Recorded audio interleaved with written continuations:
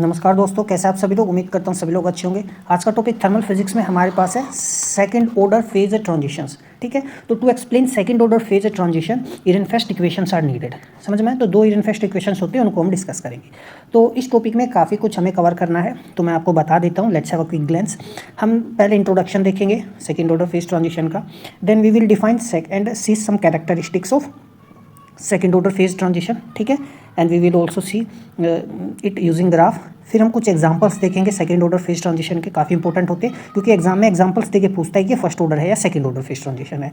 फिर हम जानेंगे Clausius Clapeyron equation, why it is not used for second order phase transition. ठीक है, then we will have equations which will describe about second order phase transition. So there are actually two equations, first Ehrenfest equations, ठीक है ना, समझ में आया, and then there is second Ehrenfest equation.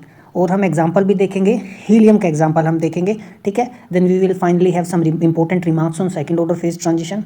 और helium का जैसे मैंने बताया हम एग्जाम्पल देखेंगे। ठीक है ना, why it is an unusual example of second order phase transition. ठीक है, समझ में आया। तो ये आज का हमारा टॉपिक है, तो काफ़ी इंपॉर्टेंट टॉपिक है। ठीक है ना, तो बुक मैंने आपको बताए रखा है, Garg Bansal and Ghosh, one of the best book. और भी काफ़ी बुक है, आप उनसे भी कवर कर सकते हैं, but Garg Bansal and Ghosh is one of the best book. ठीक है, तो आइए देख बिना समय गवाए कवर करते हैं। तो देखो, हम जानते हैं, जैसे हमने कल भी पढ़ा था, जनरली जो प्योर सब्सटेंसेस होते हैं उनमें फर्स्ट ऑर्डर फेज ट्रांजिशन होता है ना, जैसे मेल्टिंग हो गया, vaporisation, sublimation, condensation. So these are just the examples of first order phase transition. और ये किसी भी कांस्टेंट टेम्परेचर प्रेशर पर ओकर होते हैं ना। अब जैसे हमारे पास सपोज लिक्विड से क्या बन जाए, सॉलिड बन जाए। एग्जाम्पल की यदि मैं बात करूँ, वाटर है ना, तो यदि 1 एटमॉस्फेरिक प्रेशर हो और 0 डिग्री सेल्सियस टेम्परेचर हो, ठीक है ना, तो आइस बन जाएगा मेरे पास। तो ये एट कांस्टेंट प्रेशर और टेम्परेचर ही तो हुआ है ना। वाटर यदि 100 डिग्री सेल्सियस पर बॉईल हो रहा है तो टेम्परेचर कितना होगा, 100 डिग्री सेल्सियस, और प्रेशर कितना होगा, 1 एटमॉस्फेरिक प्रेशर। तो at constant atmospheric temperature and pressure, ठीक है ना, फर्स्ट ऑर्डर ट्रांजिशन से generally takes place which are melting, vaporisation, sublimation. ठीक है, फिर हमने ये भी जाना था कि first order phase transitions are marked by continuity of specific Gibbs energy, है ना। तो कंटिन्यूटी होती है। अब जैसे यहाँ पे लिक्विड से सॉलिड में बना गया था, तो गिब्स फ्री एनर्जी क्या होती है, इक्वल होती है। समझ में आया। और फाइनाइट चेंजेस आते हैं किसमें, एंट्रोपी में और वॉल्यूम में। ये चीज़ें हमने जानी थी। और जो डिसकंटिन्यूटी होती है किस चीज़ में, गिब्स फ्री एनर्जी में। समझ में आया, ठीक है ना। तो गिब्स फ्री एनर्जी में क्या होती है, डिसकंटिन्यूटी होती है ड्यूरिंग फेज ट्रांजिशन। ये हमने फर्स्ट ऑर्डर फेज ट्रांजिशन में कल जाना था। लेकिन कुछ फेज ट्रांजिशन ऐसे भी होते हैं पर्टिकुलरली, जैसे हम लिक्विड हीलियम की बात करें, उसमें कुछ अलग ही विशेषताएं होती है। तो हमने जनरली ये तो हमने भी पढ़ लिया, लेकिन लिक्विड हीलियम का जब हम बात करते हैं, ठीक है ना, तो वैसे हीलियम क्या होता है, हीलियम तो गैस होती है ना, He4, 2 प्रोटॉन होते हैं, 2 न्यूट्रॉन होते हैं, तो इसको काफ़ी बार हीलियम भी लिख देते हैं, या हम कहते हैं हीलियम-4। ध्यान रखना, हीलियम-4 का मतलब वही है कि इसके अंदर 2 प्रोटॉन है, 2 न्यूट्रॉन है, या सिंपली हीलियम लिख देंगे। समझ में आया, तो इसको ध्यान रखना, कंफ्यूज नहीं होना है। तो कुछ लिक्विड हीलियम में क्या देखा गया ट्रांजिशन में, कि जो उसकी स्पेसिफिक गिब्स एनर्जी है वो तो कंटिन्यूस है ना, जैसे फर्स्ट ऑर्डर फेज ट्रांजिशन में होती है, वो तो कंटिन्यूस है। लेकिन इसका जो फर्स्ट डेरिवेटिव होता है ना, जो स्पेसिफिक एंट्रोपी और स्पेसिफिक वॉल्यूम होता है, वो भी कंटिन्यूस होता है। जैसे हमने देखा था, जो गिब्स फर्स्ट डेरिवेटिव होता है फर्स्ट ऑर्डर फेज ट्रांजिशन में, वो डिसकंटिन्यूस होता है। लेकिन सेकंड ऑर्डर फेज ट्रांजिशन में फर्स्ट डेरिवेटिव क्या होता है, कंटिन्यूस होता है। समझ में आया। एक्चुअली में इसका नाम इसलिए पढ़ा है, हम नाम क्यों पढ़ते हैं, जब हम कहते हैं ना सेकंड ऑर्डर, है ना, तो सेकंड ऑर्डर का मतलब ये है कि जो सेकंड डेरिवेटिव होगा, ठीक है ना, विद रिस्पेक्ट टू टेम्परेचर और विद रिस्पेक्ट टू प्रेशर यदि बात करें, वो डिसकंटिन्यूस होना चाहिए। तो इस डेरिवेटिव जो होता है, second derivative of specific gives energy is discontinuous, ठीक है ना, that is why it is named so second order phase transition. ये भी हमने कल डिस्कस किया था, एरनफेस्ट ने इसी बेसिस पर डिफरेंशिएशन किया था इन दोनों में। ठीक है, समझ में आया। तो हम यहाँ जानते हैं सेकंड ऑर्डर में क्या होता है, डेल एस भी 0 होगा, डेल वी भी 0 होगा, और स्पेस जो फर्स्ट डेरिवेटिव होता है वो क्या होगा, ठीक है ना, वो कंटिन्यूस होगा। समझ में आया, ठीक है, क्या होगा, कंटिन्यूस होगा। इस बात का ध्यान रखना, ये डिफरेंस है इन दोनों के बीच में। ठीक है, समझ में आया। और जो सेकंड डेरिवेटिव की यदि हम बात करते हैं, तो देखो जो सेकंड डेरिवेटिव होता है, तो यदि हम सेकंड डेरिवेटिव करते हैं, किस चीज़ का सेकंड डेरिवेटिव करते हैं, स्पेसिफिक गिब्स एनर्जी का, तो हमें क्या मिलता है, स्पेसिफिक हीट मिलती है। समझ में आया। और आइसोबोरिक वॉल्यूम एक्सपेंसिटिविटी जो होती है, वो भी सेकंड डेरिवेटिव ही होता है किस चीज़ का, गिब्स फ्री एनर्जी का। वो हम मैथमेटिकली सारी चीज़ें देखेंगे, ठीक है ना। तो ये इन सारे शब्दों को मैं यदि मैथमेटिकली डिस्क्राइब करूँ, है ना, हम फॉर्मूले से भी देखेंगे किस तरीके से सेकंड डेरिवेटिव रहता है। तो मैं इसको यदि कंक्लूड करूँ, तो एट ट्रांजिशन टेम्परेचर पर जब फेज चेंज होता है, समझ में आया क्या होता है, फेज चेंज होता है, तो Gibbs free energy, entropy, volume, ये क्या होते हैं, कंटिन्यूस होते हैं। समझ में आया। किस में कंटिन्यूस होते हैं, सेकंड ऑर्डर में। फर्स्ट ऑर्डर में सिर्फ जी कंटिन्यूस होता है। समझ में आया, ये ध्यान रखना, सिर्फ जी कंटिन्यूस होता है फर्स्ट ऑर्डर में। एस और वो एंट्रोपी और वॉल्यूम कंटिन्यूस नहीं होते। सेकंड ऑर्डर की बात करें तो Gibbs free energy is continuous, entropy is continuous, volume is continuous. लेकिन जो स्पेसिफिक हीट होता है ना, वॉल्यूम एक्सपेंसिटिविटी होता है, आइसोथर्मल कंप्रेसिबिलिटी होता है, ये तीनों जो होते हैं ना, ये तीनों सेकंड डेरिवेटिव की फॉर्म में हम लिख सकते हैं। यानी जब हम सेकंड डेरिवेटिव करते हैं ना, किस चीज़ का सेकंड डेरिवेटिव करते हैं, गिब्स फ्री एनर्जी का, whether it with respect to temperature और whether with respect to pressure, तो हमें ये तीनों टर्म मिलती हैं, ठीक है ना। तो इसी वजह से तीनों क्या होता है, डिसकंटिन्यूस होते हैं। तो ये काफ़ी इंपॉर्टेंट है, ये ध्यान रखना, समझ में आया। फर्स्ट डेरिवेटिव में हमने ये भी पढ़ा था, देखो del S is not equal to zero, है ना। तो जो हमारे पास लेटेंट हीट आती है ना, तो जब एंट्रोपी जीरो नहीं है तो लेटेंट हीट भी हमारे पास क्या होगी, स्पेसिफिक लेटेंट हीट है, तो लेटेंट हीट भी हमारे पास होती है फर्स्ट डेरिवेटिव में। लेकिन सेकंड डेरिवेटिव में क्या होता है, डेल एस तो जीरो होता है हमारे पास, ठीक है, क्या होता है, जीरो होता है, तो लेटेंट हीट नहीं होती, ये बात ध्यान रखना, समझ में आया। तो ये बेसिकली एक तरीके से डेफिनेशन हो गई सेकंड ऑर्डर फेज ट्रांजिशन की, ठीक है ना। तो सेकंड ऑर्डर फेज ट्रांजिशन को हम कैसे डिफाइन करेंगे, सेकंड ऑर्डर फेज ट्रांजिशन वो फेज ट्रांजिशन होता है जिसको हम कैटेगराइज कर सकते हैं, फर्स्ट डेरिवेटिव कंटिन्यूस होगा और स्पेसिफिक गिव्स एनर्जी भी कंटिन्यूस होगी, del S del we zero होगा, कोई लेटेंट हीट नहीं होगी, कोई वॉल्यूम में चेंज नहीं होगा, समझ में आया, ठीक है ना। अब देखो जो मैं सेकंड डेरिवेटिव की बात कर रहा था ना कि वो डिसकंटिन्यूस होता है ना सेकंड डेरिवेटिव। अब देखो ध्यान से, लेकिन पहले ना हम गिब्स एनर्जी की देखो मैंने यहाँ पे टेम्परेचर के रेस्पेक्ट में चेंज लिया है ना। तो देखो ये गिब्स एनर्जी है, समझ में, ये स्पेसिफिक एंट्रोपी है, यहाँ पर वॉल्यूम है ना, ये स्पेसिफिक हीट है, ठीक है ना, specific heat capacity eight constant pressure. आप देखो तो यदि ध्यान से, तो देखो जी क्या है, मैंने बताया था जी एस एंड वी, है ना, सारे क्या होते हैं, कंटिन्यूस होते हैं। देखो दे आर कंटिन्यूस, एक फेज से दूसरे फेज में ट्रांजिशन हुआ, मान लो लिक्विड से क्या क्या सॉलिड बना है या सॉलिड से लिक्विड बना है, कुछ भी हो सकता है ना। तो देखो क्या हुआ है, स्मूथ ट्रांजिशन हुआ है, ठीक है, समझ में आया। एंट्रोपी में देखो क्या है, ट्रांजिशन हुआ है, जंप नहीं है, किंक हो सकता है। किंक कहने का मतलब है कि जैसे ये हो गया और ये किंक ऐसा हो सकता है, समझ में आया। तो मेरे पास एंट्रोपी है, एंट्रोपी को हम कैसे लिखते हैं, S is equal to minus के डेल जी अपॉन में डेल टी। तो ये फर्स्ट डेरिवेटिव ही तो है, तो देखो फर्स्ट डेरिवेटिव भी क्या है, कंटिन्यूस है। यदि हम स्पेसिफिक गिव्स एनर्जी में प्रेशर के रेस्पेक्ट में वेरिएशन देखो वो भी क्या आ रहा है, कंटिन्यूस आ रहा है, ठीक है ना, समझ में। और ये एंट्रोपी में चेंज देख रहे हैं हम किसके रेस्पेक्ट में, प्रेशर के रेस्पेक्ट में हम देख रहे हैं, है ना, प्रेशर एक्स एक्सिस पर हमने लिया, तो आप देख सकते हैं, ठीक है ना। तो क्या है, कंटिन्यूटी है। वॉल्यूम में भी देखो क्या यहाँ टेम्परेचर के रेस्पेक्ट में है, वॉल्यूम में भी क्या है, कंटिन्यूटी है। प्रेशर में देखो तो प्रेशर में भी क्या है, कंटिन्यू। वॉल्यूम जो है, वॉल्यूम हम कैसे डिफाइन कर रहे हैं वॉल्यूम को, ठीक है ना, डेल जी अपॉन में del P at constant temperature, ठीक है, समझ में आया। तो ये वॉल्यूम हो गई हमारे पास, तो ध्यान रखना इस चीज़ का।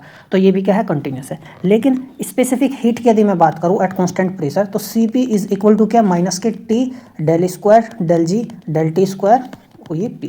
ये मैंने ना प्रूफ किया हुआ है, मैंने जब बताया था काफ़ी गिब्स एनर्जी वगैरह के बारे में मैंने डिस्कस किया है, तो किसी लेक्चर में मैंने प्रूफ किया है। इवन वहाँ पे ना जो heat capacity at constant volume होता है, it is given by differentiation of Helmholtz free energy. जब डबल डिफरेंशिएशन करेंगे ना हेल्महोल्ट्ज़ फ्री एनर्जी का, तब हमें heat capacity at constant volume मिलता है। तो यदि हम इस गिब्स एनर्जी का करते हैं डबल डिफरेंशिएशन टेम्परेचर के रेस्पेक्ट में, कीपिंग प्रेशर कांस्टेंट, तो हमें सीपी मिलता है, ठीक है। तो ये जो है आप देख सकते हो, है ना। तो इट हैज़ अ स्लाइट क्या है, बिल्कुल ही डिसकंटिन्यूटी है, ठीक है ना, या हम डेल्टा फंक्शन की तरह है ये, समझ में आया। ये कोई डाउट है, देखो यहाँ पे there is a slight jump, ये क्या मेरे पास आइसोथर्मल कंप्रेशन की बात करूँ तो आइसोथर्मल एक्सपेंशन क्या होता है, alpha is equal to 1 upon del V upon में del T at constant pressure, ठीक है। लेकिन इसको हम किस तरीके से लिखते हैं, गिब्स एनर्जी के टर्म्स में डबल डिफरेंस, मैं इसको यहाँ पर लिख देता हूँ, ध्यान से देखो, ठीक है, कन्फ्यूज़न नहीं होना चाहिए। देखो तो अल्फा जो है ना 1 अपॉन वी, तो मैं इसको ऐसे लिख सकता हूँ, समझ में आया, ठीक है। तो डेल जी अपॉन में यदि हम स्पेसिफिक गिब्स एनर्जी को डिफरेंशिएशन कर दे प्रेशर के रेस्पेक्ट में, and then we differentiated with respect to temperature, या पहले टेम्परेचर के रेस्पेक्ट में डिफरेंशिएशन करो फिर प्रेशर के, तो ये बनता है हमारे पास डेल स्क्वायर अपॉन में डेल जी डेल टी डेल पी, ठीक है। तो सेकंड डेरिवेटिव तो है गिब्स फ्री एनर्जी का, ठीक है ना। Isothermal compressibility is also second derivative, ठीक है ना, गिब्स फ्री एनर्जी, है ना, समझ में आया। तो ये चीज़ें आपको ध्यान रखनी है। तो देखो ये भी हमारे पास क्या है, डिसकंटिन्यूस है, ठीक है ना, सडन जंप इज देयर, है ना, एट अ ट्रांजिशन टेम्परेचर, ये क्या है, ट्रांजिशन टेम्परेचर है, समझ में आया। तो चीज़ें ध्यान रखना। तो फर्स्ट डेरिवेटिव कंटिन्यूस होता है, सेकंड डेरिवेटिव डिसकंटिन्यूस होता है, ये ग्राफ से हमने समझा, समझ में आई चीज़ें। एग्जाम्पल्स की यदि हम बात करें तो लिक्विड हीलियम जो होता है, लिक्विड सेकंड हीलियम में बदल जाता है ना। तो देखो जो स्ट्रक्चरल चेंजेस आते हैं ना, मैंने आपको बताया था कि हीलियम फर्स्ट जो होता है ना, ये एक लिक्विड होता है, और हीलियम सेकंड जो होता है ये भी एक लिक्विड ही होता है। तो आप कहोगे लिक्विड से लिक्विड में ही तो बदला है, तो फेज ट्रांजिशन तो हुआ नहीं, ऐसा नहीं है। मैंने प्रीवियस लेक्चर में भी बताया था, ठीक है ना। इन दोनों लिक्विड की प्रॉपर्टीज डिफरेंट होती है, समझ में। ये तो एक नॉर्मल लिक्विड की तरह बिहेव करता है। क्या होता है? ये एक नॉर्मल लिक्विड की तरह बिहेव करता है। ये सुपर फ्लूइड होता है। क्या होता है? सुपर फ्लूइड होता है, समझ में। ये चीज़ें भी मैं बताऊंगा। तो जब ये इसमें ट्रांजिशन होता है, कहाँ पे? Lambda is equal to 2.19 kelvin, यदि टेम्परेचर कितना हो? अप्रोक्सीमेटली 2 केल्विन के आसपास हो। तो 2 केल्विन देख रहे हो कितना ठंडा हो गया, समझ में, ठीक है ना। 0 केल्विन कितना होता है? अप्रोक्सीमेटली -273 डिग्री सेल्सियस, है ना। 0 केल्विन इतना ही तो होता है, समझ में।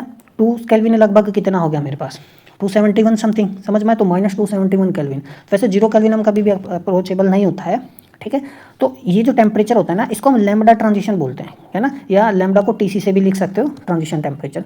तो जब ये प्रॉपर्टी जो होती है ऑलमोस्ट फ्लूइड की चेंज ही हो जाती है, ठीक है। तो ये भी सेकंड ऑर्डर फेज ट्रांजिशन ही होता है। क्या होता है?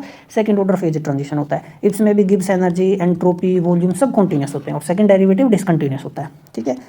फेरोमैग्नेटिक सब्सटेंस जब पैरामैग्नेटिक बनता है, कहाँ पर? क्यूरी पॉइंट पर। ये ध्यान रखना, कल भी मैंने बताया था, यदि बिलो क्यूरी पॉइंट हो, यदि क्यूरी पॉइंट से पहले फेरोमैग्नेटिक सब्सटेंसेस में चेंजेस आते हैं ना, तो वो फर्स्ट ऑर्डर होता है। यदि क्यूरी पॉइंट पर चेंजेस हो रहे हैं, तो फेरोमैग्नेटिक सब्सटेंस पैरामैग्नेटिक सब्सटेंस में बदल जाता है। दोनों ही सॉलिड है, तो वो क्यूरी पॉइंट पे होता है, तो वो भी सेकंड ऑर्डर फेज ट्रांजिशन है। दूसरा, ये जो सुपर कंडक्टिंग मटेरियल, जो सुपर कंडक्टर्स होते हैं, जिनकी थर्मल कंडक्टिविटी या इलेक्ट्रिकल कंडक्टिविटी जो होती है ऑलमोस्ट इनफाइनाइट होती है, रेसिस्टेंस ऑलमोस्ट जीरो के बराबर होता है। तो जब वो ऑर्डिनरी कंडक्टर में बदलते हैं, कब? मैग्नेटिक फील्ड की अब्सेंस में। मैग्नेटिक फील्ड ऑलमोस्ट जीरो है, ठीक है।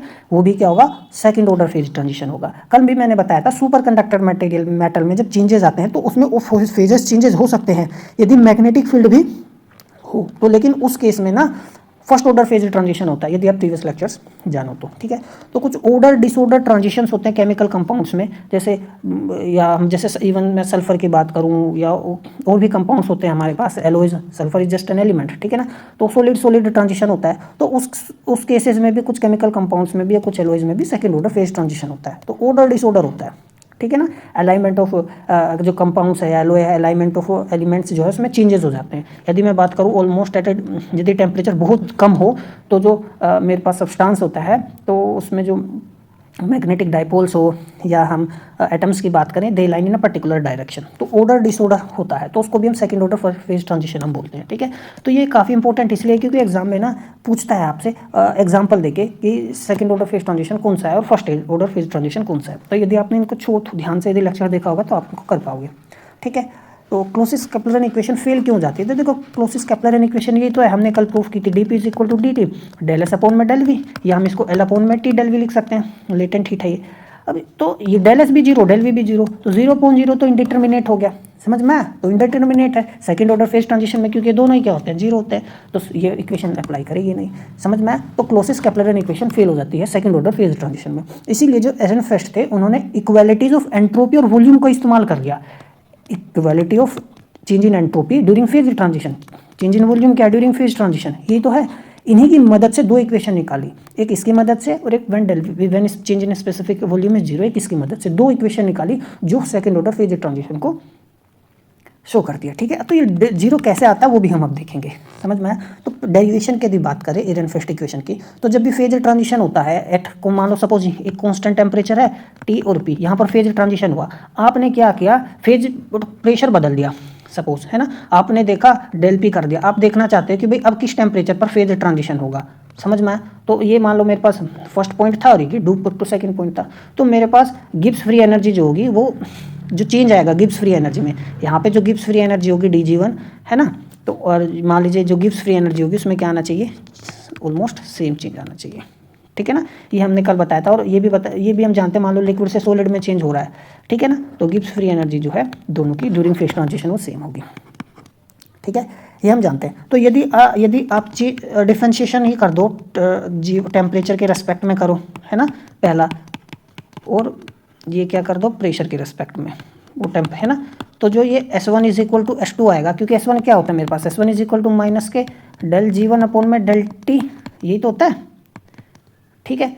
तो ये भी S1 is equal to S1, ये मेरे पास इक्वल आएगा, या मैं डेल S0 कह सकता हूँ, है ना। प्रेशर के रेस्पेक्ट में जब डिफ्रेंशिएशन करते हैं कीपिंग टेम्परेचर कांस्टेंट, तो V1 is equal to V2 और डेल V क्या आ रहा है? 0 आता है। तो इनफाइनेस्टिमल डिस्टेंस जो होती है ना, कोएक्सिस्टेंस कर्व कह लो एंट्रोपी और वॉल्यूम में, वो ऑलमोस्ट 0, वो ऑलमोस्ट क्या होगी इनफाइनेटेसिमल चेंज में ना दोनों का सेम है, अगर ds1 is equal to ds2, ठीक है, और del v1 is equal to del v2, समझ में आया। तो इसके अलोंग जो चेंज होगा, ठीक है, कोई डाउट है? तो इसी को हम इस्तेमाल करेंगे अपने फॉर्म में, ठीक है ना, समझ में आया। तो फर्स्ट इक्वेशन को यदि हम डेराइव करें, अब देखो आप कहोगे ds1 तो 0 होना चाहिए, 0 कहने का मतलब देखो यहाँ पर मान लो लिक्विड से किस में बदला, सॉलिड में, है ना, तो यहाँ पर जो s1 और यहाँ s2 तो 0 इक्वल हो गए, ठीक है ना, तो कुछ चेंज आएगा, समझ में आया, समझ में आया, इक्वल तो है, इक्वल तो डेल, ये तो 0 हो गया। अब यहाँ पर क्या है मेरे पास सब्सटेंस में, वो दूसरी कंडीशन में आ गया, समझ में आया मैं कहना क्या क्या चाह रहा हूँ। तो मतलब अब फेज अलग, वो फेज सॉरी इक्विलिब्रियम कंडीशन जो है, इक्विलिब्रियम कंडीशन क्या हो गई, अलग होगी, तो उसकी जो एंट्रोपी में कुछ चेंज आएगा, उसके वॉल्यूम में कुछ चेंज आएगा, तो वो यदि मैं निकालूंगा, अब जैसे कि मैं यहाँ पे इस चीज़ को ऐसे समझो कि ये लिक्विड है और सॉलिड है, ठीक है, तो लिक्विड के केस में ds कुछ चेंज आया है और सॉलिड के केस में कुछ चेंज आया है, ठीक है ना, तो ये दोनों क्या होने चाहिए, इक्वल होने चाहिए, समझ में आया, ठीक है। तो इस बात का ध्यान रखना। तो इसी कंसेप्ट को हमें इस्तेमाल करना है, ठीक है, क्या करना है, इसी कंसेप्ट को हम इस्तेमाल करके हम फर्स्ट इक्वेशन निकालेंगे। तो हम एंट्रोपी कंटिन्यूटी कंडीशन लगाएंगे, है ना, और एंट्रोपी को हम as a function of temperature and pressure consider करते हैं। तो ये स्पेसिफिक एंट्रोपी है, तो change in entropy with respect to temperature at constant pressure, ठीक है, and change in entropy with respect to constant pressure at constant temperature, ठीक है। तो ये हो गया सिंपली। अब हम जानते हैं स्पेसिफिक हीट क्या होता है। अब यदि मैं इसको ना दोनों साइड से मल्टीप्लाई कर दूं, किस चीज़ से, टेम्परेचर से, तो देखो ये T del S del T P D T plus के T del S del P T D P, ये तो बनेगा, समझ में आया। तो इसको मैं क्या लिख सकता हूँ, सी पी डी टी, ठीक है, समझ में आया। और इसको मैं क्या लिख सकता हूँ, इसको मैं लिख सकता हूँ डेल वी अपॉन में del T at constant pressure using Maxwell equation, है ना। अब देखो special program on T V, ऐसे तो चलूंगा मैं, क्योंकि ये क्या है, देखो एस से पी जाना है, तो special program on T V, तो मैं एंटी क्लॉकवाइज चलूंगा। तो change in entropy with respect to pressure at constant temperature is equal to minus के डेल वी अपॉन में डेल टी, ठीक है ना। तो वही मैंने लिखा हुआ है, तो इसी चीज़ को सिंपली हमने लिख दिया, ठीक है ना। कोई डाउट है? तो अब देखो ध्यान से, तो मैं क्या लिख सकता हूँ, T D S is equal to C P D T minus T alpha V D P, क्योंकि अल्फा मेरे पास क्या होता है, वॉल्यूम एक्सपेंशन कोफिशिएंट होता है ना, alpha is equal to 1 upon del V upon में del T at constant pressure, ये तो होता है। तो इसकी जगह मैंने अल्फा वी लिख लिया, ये इधर चला गया। तो मैं एंट्रोपी मुझे चाहिए, तो सी पी डी टी है ना अपॉन में टेम्परेचर, अल्फा वी अपॉन में टेम्परेचर डी पी, मैंने टेम्परेचर से डिवाइड कर दिया दोनों साइड, है ना। तो यही तो आएगा मेरे पास, समझ में आया। तो मुझे यदि एंट्रोपी कंटिन्यूटी की मैं इक्वेशन लगाऊंगा, ये कंडीशन लगाऊंगा, तो देखो, तो जो फर्स्ट फेज से सेकंड फेज में ट्रांजिशन होगा, तो देखो फर्स्ट फेज में जो एंट्रोपी में चेंज आएगा वही सेकंड फेज में एंट्रोपी में चेंज आएगा, दोनों क्या होंगे, इक्वल होंगे, तभी तो ये डेल एस जीरो कह पाऊंगा मैं, समझ में आया, नहीं तो नहीं। अब देखो, तो मैं फर्स्ट फेज के लिए लिखूंगा, तो देखो C P one T D T minus के V L one D P, समझ में आया, अल्फा वन डी पी, और ये मैंने सेकंड फेज के लिए लिख दिया। कोई डाउट है? ठीक है।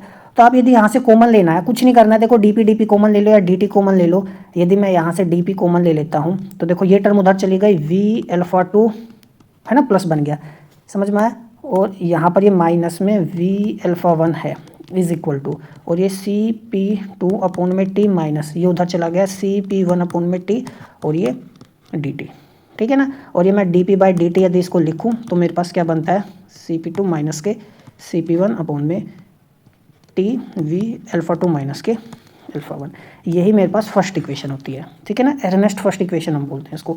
इसको मैंने change in specific heat capacity और ये change in isothermal coefficient of thermal expansion हो गया, समझ में आया।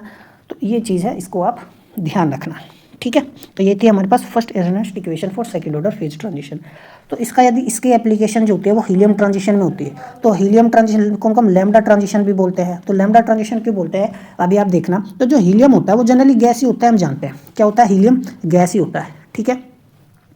लेकिन आप समझो, लेकिन हीलियम दो डिस्टिंक्ट लिक्विड फेज में भी एग्जिस्ट कर सकता है। किस में एग्जिस्ट कर सकता है, लिक्विड फेज में एग्जिस्ट कर सकता है। अब देखो, ये मेरे पास सपोज क्या है, टेम्परेचर है, ठीक है ना।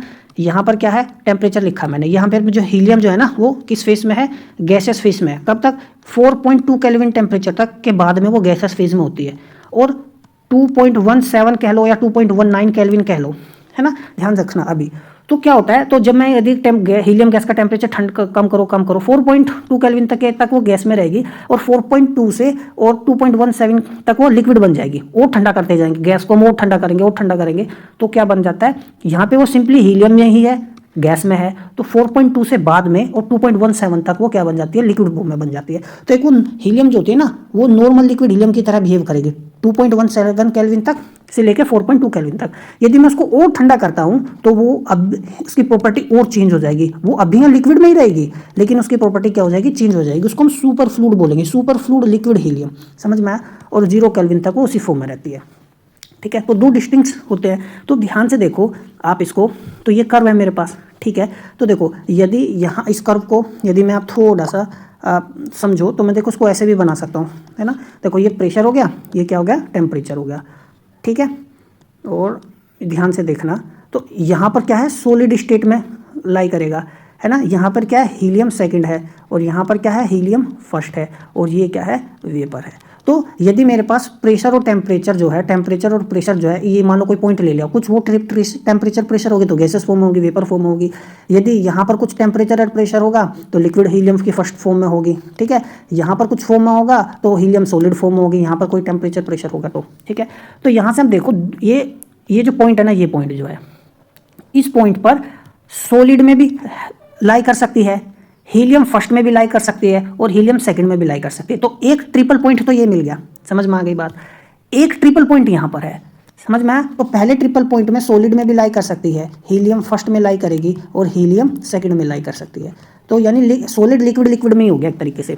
ये क्या सेकंड ट्रिपल पॉइंट है। तो इस सेकंड ट्रिपल पॉइंट में देखो लिक्विड में लाई करेगी, लिक्विड में लाई करेगी और वेपर में लाई करेगी, समझ में आया।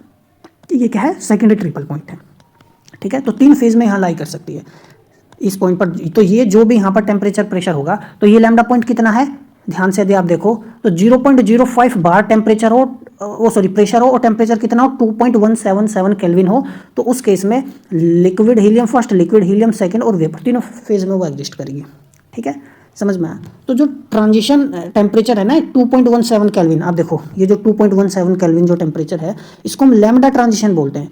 क्यों, क्योंकि जो पीक होती है ना, स्पेसिफिक हीट जो कर्व बनता है, वो मतलब एक्चुअली में वो कुछ ऐसे ही बनता है, ऐसे बनता है, तो मतलब लैम्डा की फॉर्म की तरह आता है वो। तो इसलिए ना जो स्पेसिफिक हीट का कर्व बनता है वो लैम्डा की शेप का बनता है, इसलिए ना उसको लैम्डा ट्रांजिशन बोल देते हैं। तो ये एक सेकंड ऑर्डर फेज ट्रांजिशन ही है, बस इतना ध्यान रखना है, ठीक है, समझ में आया। एक्सपेरिमेंटली भी इस चीज़ को वेरीफाई किया गया है। तो जब हीलियम फर्स्ट से हीलियम सेकंड में ट्रांजिशन होगा, है ना, तो जब हीलियम फर्स्ट से हीलियम सेकंड में बनता है कितने टेम्परेचर पर, 2.19 केल्विन ले लो, 2.17 ले लो, तो हीलियम फर्स्ट की specific heat capacity, helium second की specific heat capacity, volume expansion का, ये दोनों का वॉल्यूम एक्सपेंशन, वॉल्यूम हमने लिख लिया है, इनिशियल वॉल्यूम क्या था। तो जब हम इसको फर्स्ट एर्नस्ट इक्वेशन में निकालते हैं तो हम जानते हैं जो चेंज आता है, change in pressure with respect to temperature, है ना, क्योंकि हम टेम्परेचर कम कर रहे हैं, ठीक है ना, और प्रेशर में भी चेंज आ रहा है, तो कितना आता है, -78.4 एटमॉस्फेरिक केल्विन इनवर्स। और ये क्लोजली जो है एक्सपेरिमेंटल वैल्यू के लाइव करता है, -81 पॉइंट। तो ये वैलिडिटी शो करता है कि एरनफेस्ट इक्वेशन जो है वैलिड है, ठीक है, समझ में आया। अब बात करते हैं हम सेकंड एरनफेस्ट इक्वेशन की। तो अब हम वॉल्यूम कंटिन्यूटी कंडीशन ले लेंगे, समझ में आया। तो वॉल्यूम को हम कंसीडर करेंगे as a function of temperature and pressure, समझ में आया। तो टेम्परेचर प्रेशर का फंक्शन हमने पहले एंट्रोपी की वो कंटिन्यूटी कंडीशन ली थी, तो वहाँ पे भी हमने टेम्परेचर और प्रेशर का फंक्शन माना था एंट्रोपी को, क्योंकि at certain temperature, specific temperature and pressure phase transition takes place. हम यहाँ वॉल्यूम नहीं ले सकते, ये वॉल्यूम यहाँ पे एंट्रोपी को आप टेम्परेचर और वॉल्यूम का फंक्शन ले लो, नहीं लेना, ध्यान रखना, ठीक है। तो सेम चीज़ है। अब देखो डिफरेंशियल हम जानते हैं इस तरीके से लिखते हैं, ठीक है, समझ में आया। अब देखो अल्फा क्या होता है मेरे पास, 1/v, डेल वी अपॉन में डेल टी एट कॉन्स्टेंट भी, है ना। तो ds, तो देखो इसको मैं क्या लिख सकता हूँ, अल्फा वी, तो ये मेरे पास अल्फा वी आ जाएगा dt, है ना। अब देखो इसको क्या लिख सकते हैं, हम जानते हैं जो आइसोथर्मल कंप्रेसिबिलिटी होता है क्या होता है, -1/v, डेल वी अपॉन में del P at constant temperature, ये इधर चला जाएगा, समझ में आया। तो देखो इसके टर्म्स की इसकी जगह क्या लिखेंगे, -kV आइसोथर्मल कंप्रेसिबिलिटी इंटू में dp। तो ये लिख लिया मैंने, सॉरी ये वॉल्यूम आएगा यहाँ पे, ठीक है ना, समझ में। तो वॉल्यूम की कंडीशन यदि हम लगाएं तो देखो v α1 dt माइनस के v beta t1 dp is equal to v α2 dt minus के v बीटा t2 और ये dp, समझ में आया। तो हमने d1 is equal to d2 consider किया है। अब देखो DPA है, DPA है, DTA है, DT है, तो दोनों को इधर लाएंगे, कॉमन ले लेंगे, तो हम सिंपली इसको ऐसे लिख सकते हैं अल्फा 2 माइनस के अल्फा 1, ठीक है ना। देखो वॉल्यूम तो कैंसिल हो जाएगा ना, यहाँ से भी, यहाँ से भी, यहाँ से भी, यहाँ से भी, और ये बीटा 2 माइनस के बीटा T1, समझ में आया। तो मैं इसको लिख सकता हूँ dP/dt इज इक्वल टू, ऊपर है आइसोथर्मल थर्मल एक्सपेंशन, ठीक है ना, कोफिशिएंट ऑफ थर्मल एक्सपेंशन, और ये क्या है, आइसोथर्मल कंप्रेसिबिलिटी, समझ में आया। तो इसको हम लिख सकते हैं। तो ये सेकंड रेनफेस्ट इक्वेशन हमारे पास है for second order phase transition, ठीक है। अब let us have some remarks on second order phase transition. तो देखो जो सुपर कंडक्टिंग ट्रांजिशंस होते हैं मेटल में, मैग्नेटिक फील्ड के एब्सेंस में, हमने देखा था अभी कि ये सुपर कंडक्टर्स ऑर्डिनरी कंडक्टर में बदल जाते हैं व्हेन मैग्नेटिक फील्ड जब हम जीरो रखें। हम पढ़ेंगे किस तरीके से ये चीज़ें होता है आगे जब हम लो टेम्परेचर के केसेस पढ़ेंगे, ठीक है ना, मे बी नेक्स्ट लेक्चर्स। तो क्या होता है, तो it is regarded as the only ideal example of second order phase transition. ये देखो क्या आइडियल एग्जाम्पल है ना। तो सुपर कंडक्टर्स किस में बदल गए, नॉर्मल कंडक्टर्स में जब बदलते हैं ना, है ना, at magnetic field in the absence of magnetic field. तो ये आइडियल एग्जांपल होता है सेकंड ऑर्डर फेज ट्रांजिशन का। लेकिन कुछ ऐसे ट्रांजिशन है, जैसे मैंने अभी देखा था लैम्डा ट्रांजिशन की यदि मैं बात करूं हीलियम में, तो पहली तो ये, दूसरा जब एक फेरोमैग्नेटिक जब पैरामैग्नेटिक सब्सटेंस में बदलता है एक्यूरेट टेम्परेचर पर, या कुछ सॉलिड स्ट्रक्चरल ट्रांजिशंस होते हैं, है ना, डिफरेंट सॉलिड होते हैं लेकिन क्रिस्टलाइन स्ट्रक्चर अलग अलग होता है। तो सॉलिड से सॉलिड में जा रहे हैं लेकिन क्रिस्टलाइन स्ट्रक्चर क्या अलग है, तो फेज ट्रांजिशन बोलते हैं उसको भी हम, लेकिन वो नियरली सेकंड ऑर्डर होते हैं। ऐसा क्यों है भाई, सुपर कंडक्टिंग ट्रांजिशन जो है जब नॉर्मल कंडक्टर में बदलता है वो आइडियल एग्जाम्पल सेकंड ऑर्डर का, लेकिन ये क्या, ये आइडियल नहीं है ना, हीलियम वाला फेरोमैग्नेटिक से पैरामैग्नेटिक या सॉलिड, ठीक है, स्ट्रक्चरल ट्रांजिशन जो होते हैं, ये क्या second order, nearly second order है। क्यों ये नियरली सेकंड ऑर्डर है, क्योंकि Gibbs energy, specific entropy, volume continuous तो होती हैं, लेकिन ये जो ये क्या होनी चाहिए, डिसकंटिन्यूटी शो करना चाहिए, लेकिन ये इतनी शार्प डिसकंटिन्यूटी नहीं आती जितनी आनी चाहिए। समझ में आया मैं क्या कह रहा हूँ, जितनी डिसकंटिन्यूटी आनी चाहिए उतनी शार्प डिसकंटिन्यूटी नहीं होती, जो थ्योरेटिकली प्रेडिक्शन जो होती है उसके हिसाब से एक्सपेरिमेंटली जब देखते हैं तो इतनी शार्प डिसकंटिन्यूटी प्रेडिक्ट नहीं होती है, बस इतना सही है, ठीक है।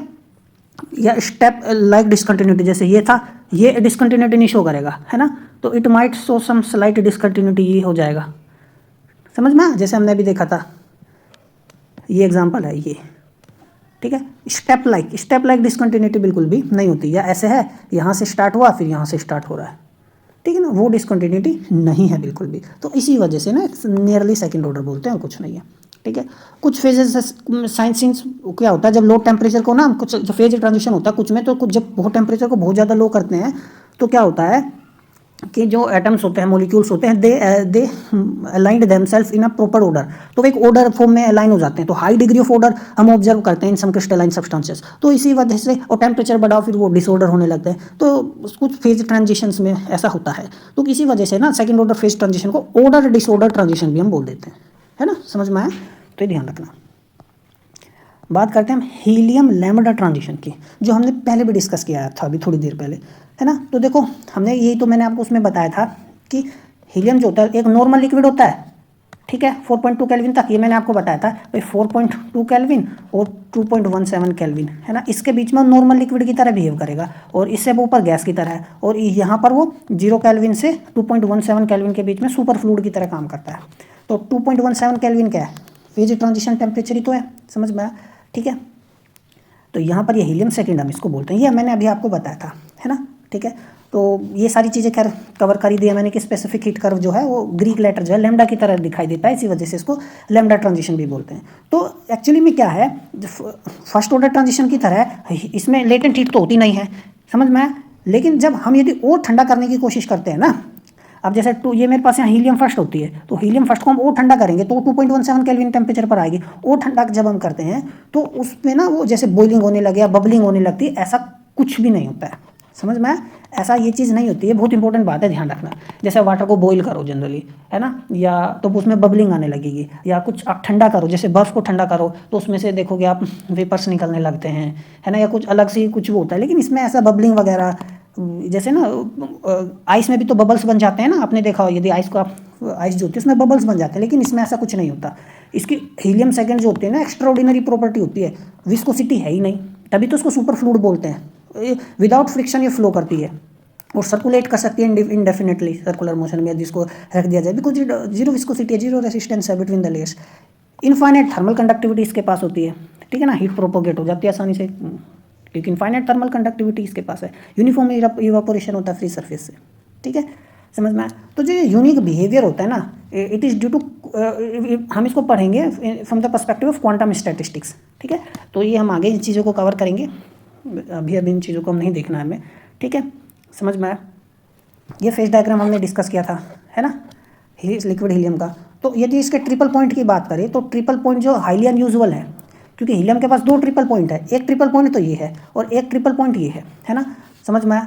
Neither corresponds to conventional solid liquid vapour phase existence. Conventional जो होता है ट्रिपल पॉइंट, उसमें क्या होता है भाई, सॉलिड होगा, लिक्विड होगा, वेपर होगा, ये 3 फेज में एग्जिस्ट करेगा तो ट्रिपल पॉइंट बोलते हैं। लेकिन हीलियम ऐसा नहीं होता है, अनयूजुअल है क्या। तो यदि मैं पहले ट्रिपल पॉइंट की यदि बात करूँ, ठीक है ना, इस पॉइंट की यदि मैं बात करूँ तो ये सॉलिड है, ये लिक्विड हीलियम सेकंड है और ये लिक्विड हीलियम फर्स्ट है।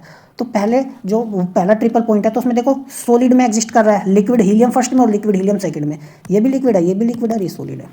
लेकिन यदि दूसरे की बात करें, दूसरे ट्रिपल पॉइंट में या लैम्डा पॉइंट में देखें हम, इसमें देखो ये लिक्विड है, ये भी लिक्विड है और ये क्या है, वेपर है। तो समझ में आया। तो दूसरे में देखो क्या है, ये सॉरी यहाँ पर आएगा liquid helium first, liquid helium second और ये क्या है, वेपर है, ठीक है। तो ये जो अनयूजुअल फेज बिहेवियर होता है, it is because helium remains liquid due down to absolute zero at atmospheric pressure. मैंने बताया ना भाई 2.17 केल्विन से 0 केल्विन तक, 0 केल्विन अचीवेबल नहीं है, लेकिन हमने देखा है जितना भी हम जाते हैं अप्रोक्सीमेटली 0.7 या 0.9 के आसपास या 1 केल्विन के आसपास, वहाँ तक ये लिक्विड ही रहता है, सुपर फ्लूइड की तरह काम करता है, ठीक है। और इसके वीक इंटर एटॉमिक फोर्सेज होते हैं, आप बहुत ठंडा कर दो, वो यदि स्ट्रॉन्ग इंटर एटॉमिक फोर्सेज होते हैं, बाइंड कर जाए तो सॉलिड हो जाए, लेकिन ऐसा होता नहीं है ना। It has extremely weak inter atomic forces which tends to make him in liquid phase, ठीक है। And significant quantum zero motion, तो quantum zero significant quantum zero point motion होता ही है। यदि क्वांटम जीरो पॉइंट मोशन नहीं हो तो हम समझ भी सकते हैं कि even little bit vibration is there but it has solidify, but ऐसा नहीं है, ठीक है ना। It has some zero point motion which make helium second in liquid state, ठीक है ना, समझ में आया, along with the vibration of the molecules, sorry atom, ठीक है ना। तो ये रहता ही रहता है। तो ये था हमारा आज का लेक्चर, मिलते हैं अगले लेक्चर में, तब तक पढ़ते रहिए, नमस्कार।